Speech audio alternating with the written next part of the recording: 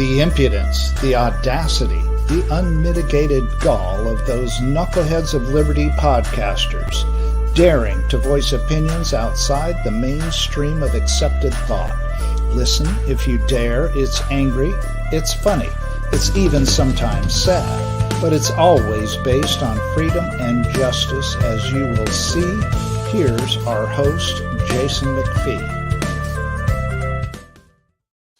It is March 6, 2023, and welcome to the Knuckleheads of Liberty, where we are bringing you the people and the organizations fighting for liberty around the country and in your region. And today we have with us Walter Block, and we recently interviewed him in depth on another show where we tried to find out a little bit about his background.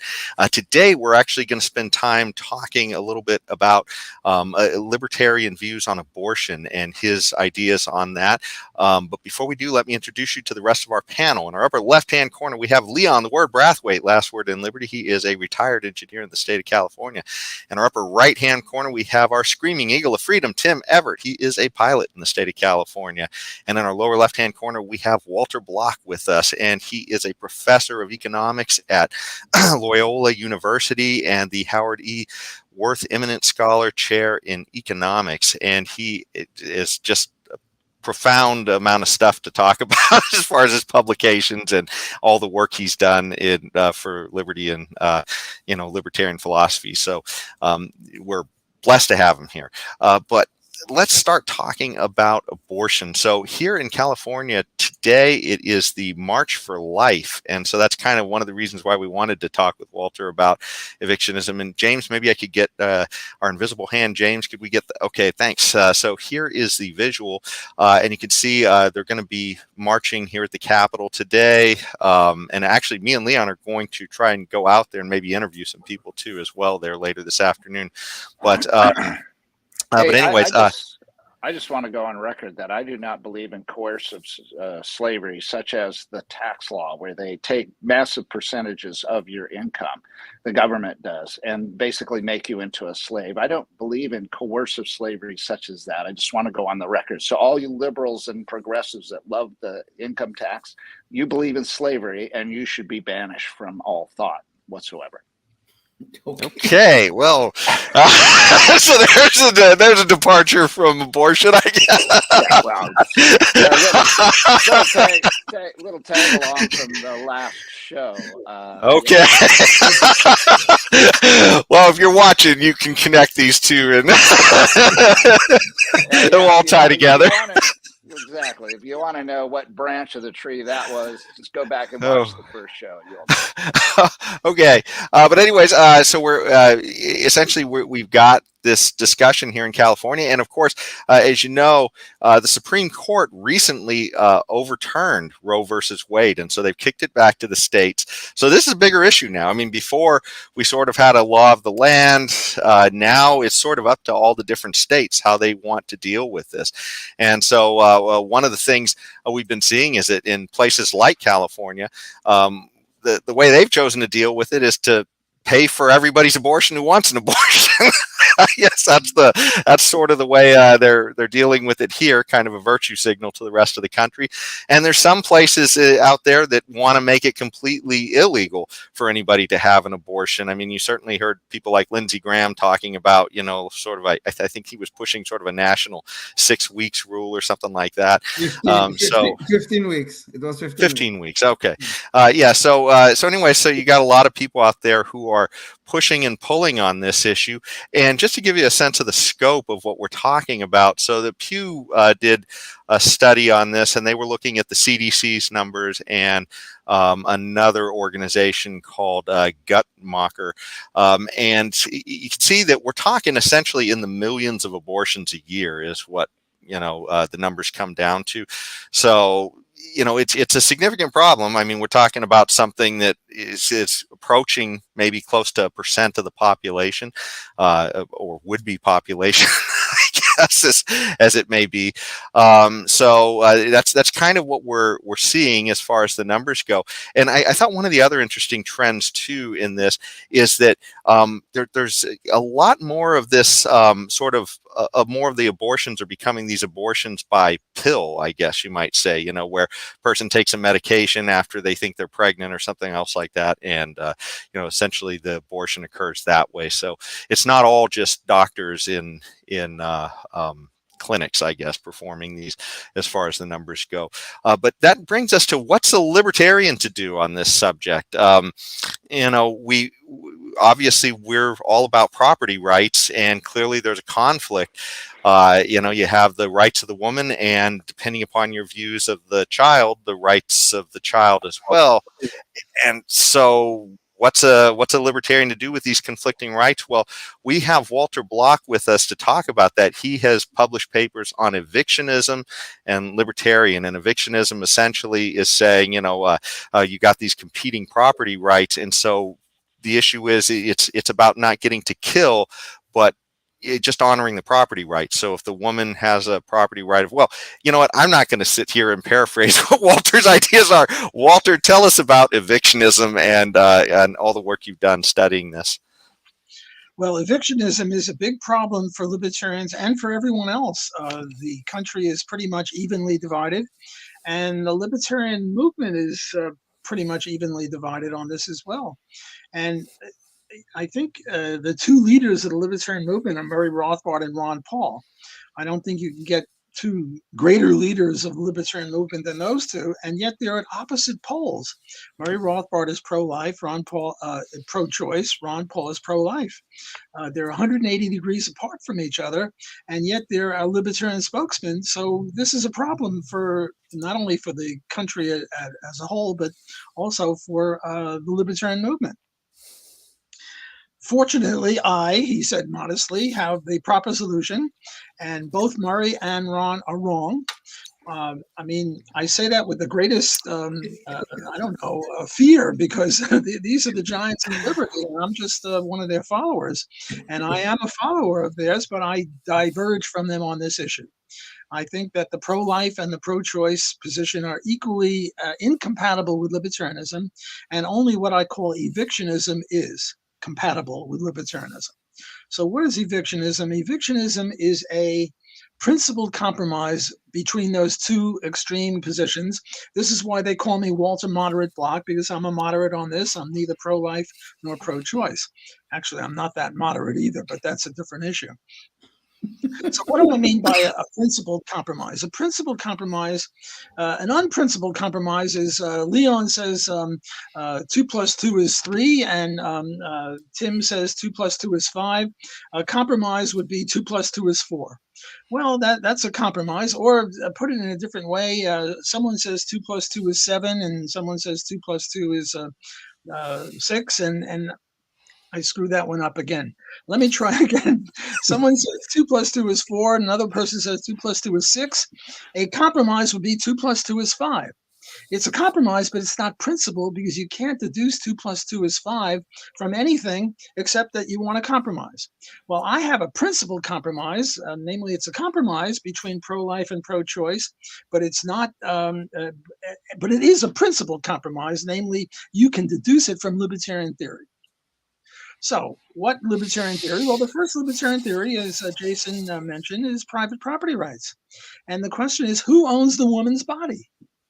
And the answer that most feminists would say, and I think most reasonable people would say, is the woman owns her own body. She's been there since she was, born or 2 years old or whatever. Now she's 30 years old, and she's been with that body for 30 years. And it's as if she has a house, and the house is called that woman. That's her house. The body is her house. What do we call it? What's the libertarian view on trespass? If I come to Jason's house, he invites me for dinner, and it's now 9 o'clock, and he starts hinting, well, I got to get up early tomorrow. Go, please go. And I say, well, I'm here for 9 months, and I'm not leaving. I'm a trespasser in Jason's house. Well, the uninvited child, a human being, is a trespasser on the woman's body. And how do we deal with trespass? The way we deal with trespass is, especially innocent trespass, you don't allow someone to kill a trespasser if it's an innocent trespasser, a baby. I mean, suppose a baby is, you come home and there's a baby in your house. You don't know who put the baby there. Do you have a right to kill the baby? Are you kidding? Of course not. Baby is totally innocent. The baby is 2 weeks old or a year old. You can't kill the baby. What you have to do is take that baby to an orphanage or to a police station or to the fire department or something like that. Is this a positive obligation? No, it's not a positive obligation. And the way I prove that it's not a positive obligation is I have this thing called bagel theory or donut theory. What's bagel theory or donut theory? There's a bagel. And the bagel has got 3 parts. The middle is called A. This part around here is B. And outside is C. Are you allowed a homestead in the format of a bagel? No. Why aren't you allowed a homestead land in the form of a bagel? I'm assuming no helicopters, no pole vaulting, no nothing. Because then you're controlling territory in the middle of the bagel that you haven't homesteaded. What you have to do is allow people to get in there. So if you find this baby in your house and you just leave the baby there and the baby starves, you are homesteading that baby. Rather, you're not homesteading the baby, but you're controlling the baby, and other people want to adopt that baby just like other people want to homestead this middle land of the bagel or the donut. So you're not allowed to do that. A mother and a father, they come home from the hospital, they put the baby in the back room, and they don't feed the baby. They're a bunch of murderers. And they have an obligation, not a positive obligation, but an obligation to avoid precluding, which occurs with the bagel. This is a very, very difficult issue, and I'm not sure I'm explaining it as well as I should. But let me just say that I wrote a whole book on this and many articles. Jason showed one of the articles.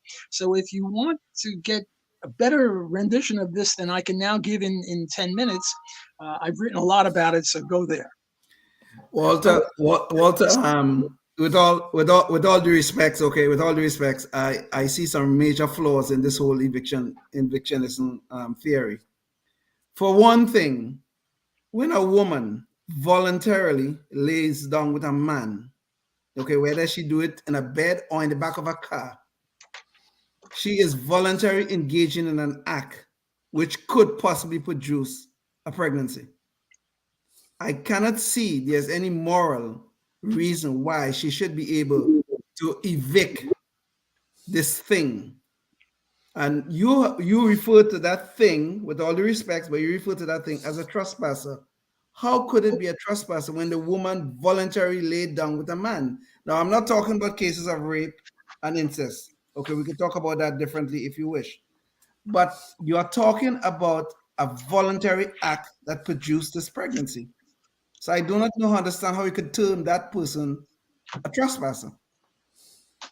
Well, you have to give me a few more minutes to articulate the view. I will get to the voluntary sexual intercourse, but first I'm going to deal with rape. But even before that, I want to deal with the issue of when does human life start? That's a very, very important issue. Murray Rothbard says human life starts with birth.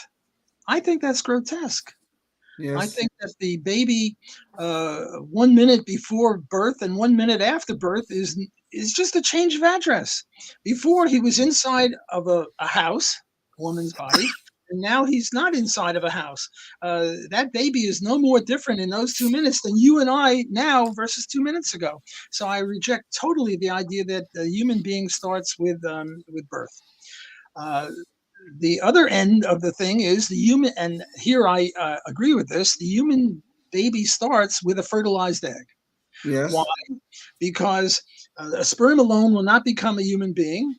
An egg alone will not become a human being, but a fertilized egg will become a human being.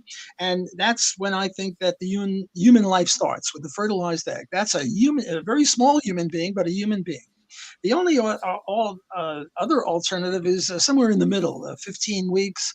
The Talmud, the Jewish book of law, says it's when the heart starts beating. But I think that's wrong, because I'm now going to have a heart transplant. And the first thing they do is they take my heart out. Now I've got no heart. And in a minute, they're going to put a new heart in me. But right now, I've got no heart. And Jason comes and shoots me. Did he shoot a dead body? No, he didn't shoot it. He shot me. He's a murderer if he shoots me when I have no heart. So heart is silly. The other Jewish tradition is life begins when you graduate medical school, but that's just a joke. Okay, so the baby starts with a fertilized egg. Now let's take the case of rape, but I will get to voluntary sexual intercourse in a minute. But right now we're talking about rape. A 13-year-old girl is walking down the street. She gets grabbed. She gets impregnated. And now there's this person growing inside of her. That person is a trespasser. What obligation does she have? She has the obligation not to kill the baby because the baby is innocent. But does she have to keep the baby in her house, her body, for 9 months? That's grotesque too. So I say she has a right to evict, but not to kill. That's the compromise. That's the principal compromise. Now, it just so happens that under present medical technology, if she evicts in the first 6 months, the baby will die because the baby is not viable outside of her house, outside of her body. So in the first 6 months, evictionism is very similar to pro-choice. The baby dies. But in the last trimester, the 7th, 8th, and 9th month, if you evict the baby is now viable, and you have no right to kill the baby. You see, abortion is really two things. It's eviction plus killing.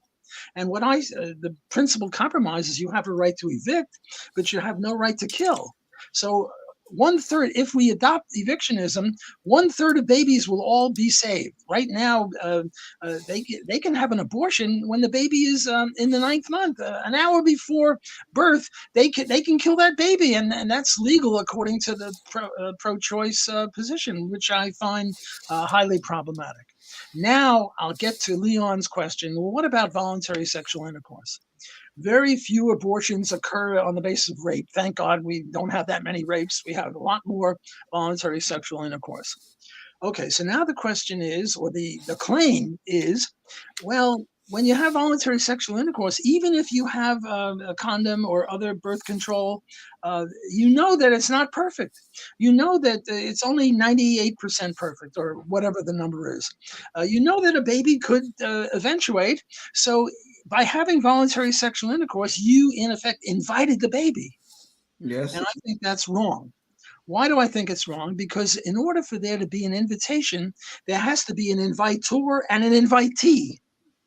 Now, remember, we said that the baby starts with the fertilized egg. But at the time of intercourse, there is no baby. It takes from 1 hour to 1 day, I looked this up, for the sperm to get up through the fallopian tubes into the egg. And only then is there a baby. At the time of sexual intercourse, you cannot count that as an invitation because there was no invitee. The baby didn't yet exist, so there's no invitation. That's totally wrong. I disagree with Leon on that. Now, there is one exception to the eviction issue, and that's the case of, what do they call it, host mother. My wife and I can't have a baby. We hire Mary to have the baby, and somehow we get a sperm into Mary, and we pay her $100,000. Now Mary is contractually obligated not only not to abort, but not even to evict, because we paid her not to evict. But apart from the host mother case, the eviction theory is a true compromise. It allows the baby to be cut in half, Solomon-like. And look, this is a big problem. The country might get into a war, into a succession war over this issue. And one way to preclude a war, and one way to get to the correct libertarian analysis is to adopt evictionism. Because if we adopt evictionism, at least in the last 3 months, we'll have the pro-life solution. And by the way, as medical technology gets better and better, that will move earlier and earlier. Maybe in 10 years, it'll be the 5th month. And then in 20 years, it'll be the 4th month. You know that in 500 years, if we don't blow ourselves up before then, the baby will be viable, fertilized egg. You stick him in a super duper test tube, and now the baby is fine. But Walter, with a voluntary sex act, though, even though at the point in time of the sexual intercourse, there is no baby per se to invite, but the woman voluntarily invited that man to enter her body and to deposit sperm into her body. She voluntarily did this. So there is an invitation there. Maybe didn't go directly to the baby, but she invited all the elements of a baby into herself to create the baby. So there was an invitation.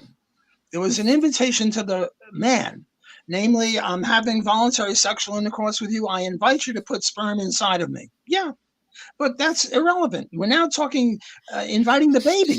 She did not invite the baby because the baby didn't exist.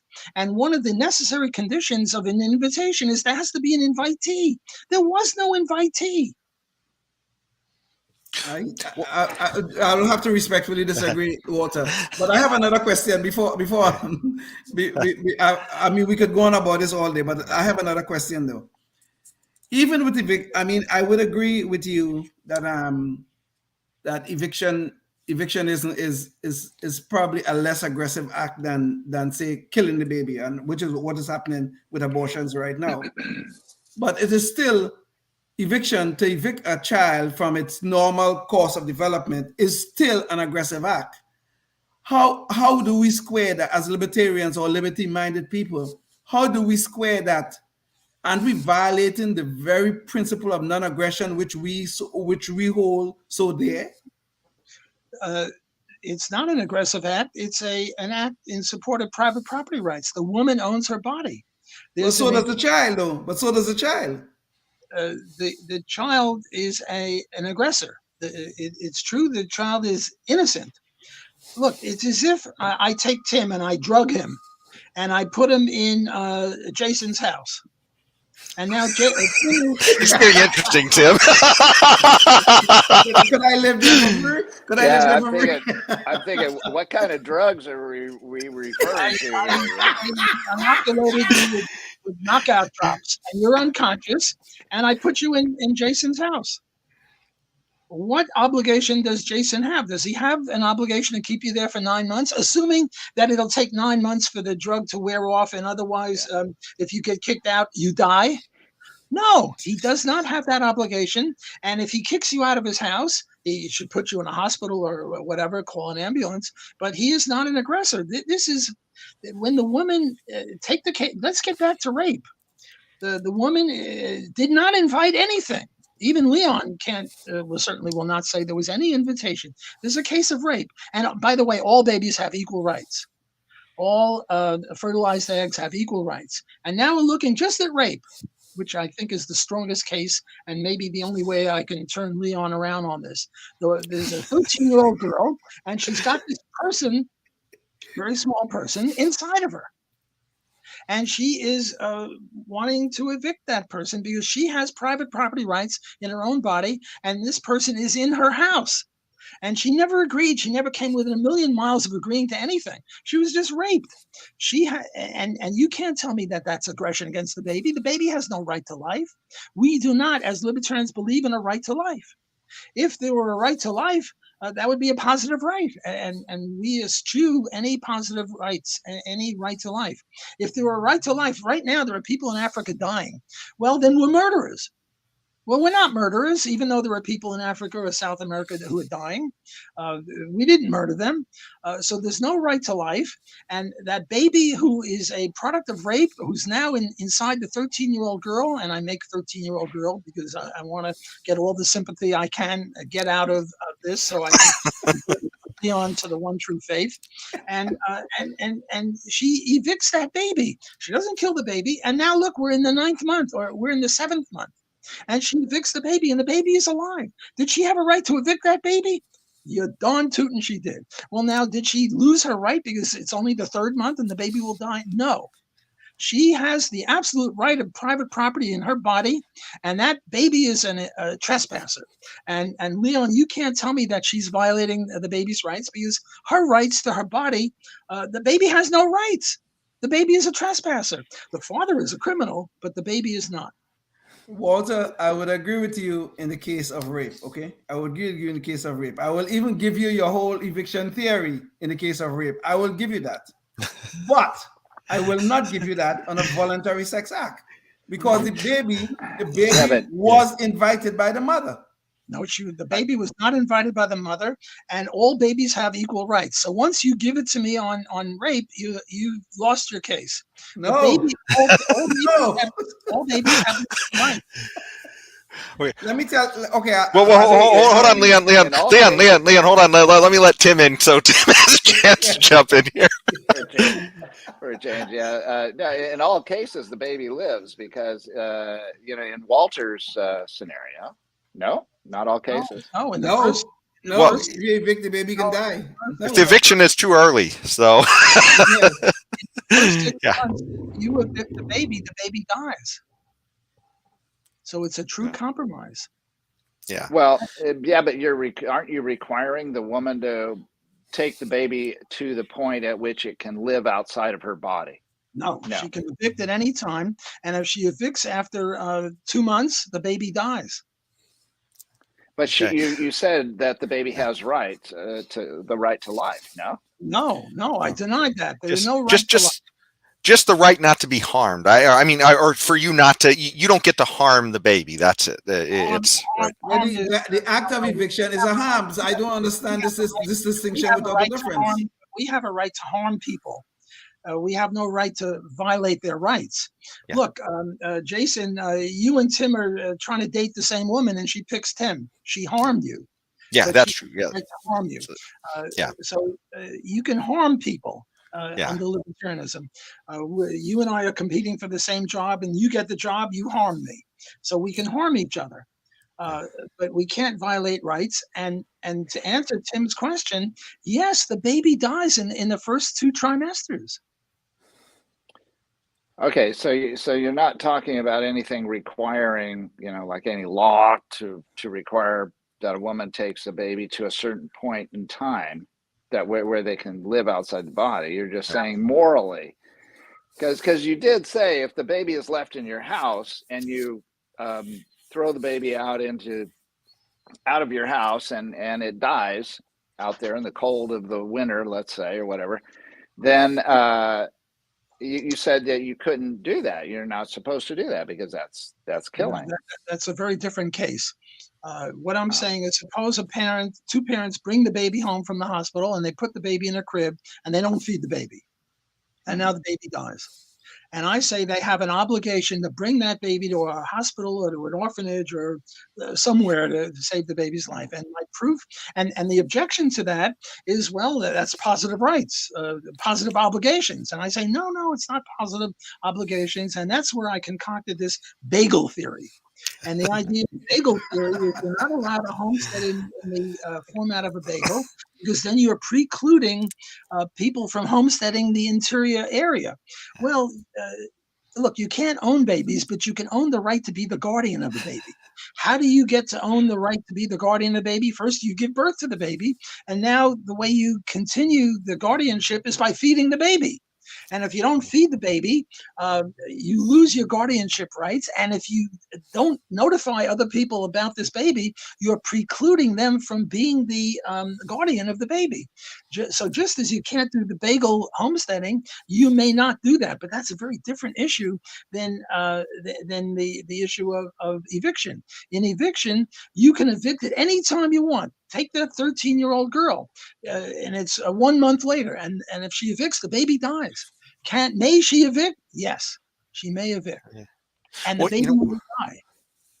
Yeah, and we're getting close to the end of our time, and we're not going to bother with our Knucklehead Noise Patrol because this is so fascinating. But there is one question I wanted to ask you, Walter, and you as well, Leon, because I think this has implications for both of you. But I showed that graph where the essentially abortions by taking a pill is becoming much more common with so many people.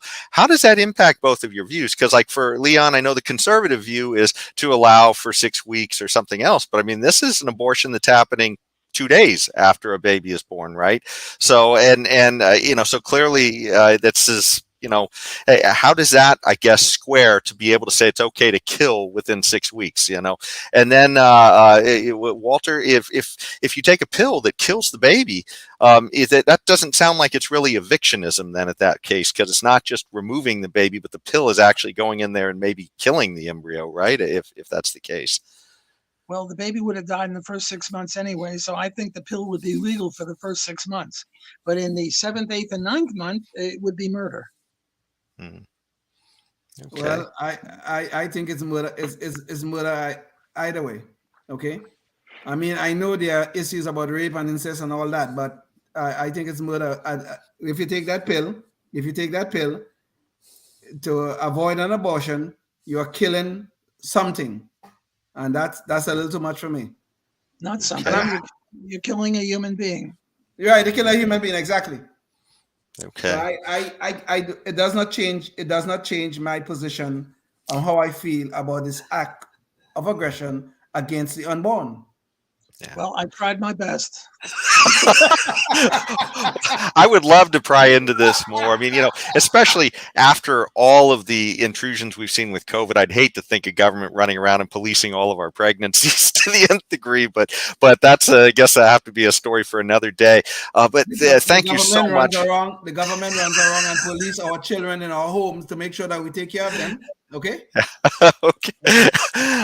Well, there's also issues too with how far we go into that, Leon. But we're going to have to leave a lot of that for another day. Walter, is there any last words you'd like to leave our audience with? And James, I'll bring up his page once again so people can find him if they want to look for more of his stuff. It's interesting. I greatly enjoyed this, and I hope you invite me on your show again in a couple of months. Yes, it was just an We'd honor. love to have you back. We would love to have you again, Walter, so we can engage. We can engage a little more. I would love it. Yeah. It was an honor and a pleasure to be with you, and thanks for inviting me. Indeed. Thanks so much, Walter. Thank you, and, Walter. And thank you to all who are listening. And until next time, stay tuned and stay free. Yes, indeed. Life, liberty, and the pursuit of happiness, always and forever.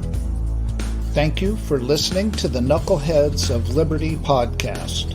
Find us on Facebook, Rumble, YouTube, your favorite podcast network, and at knuckleheadsofliberty.com.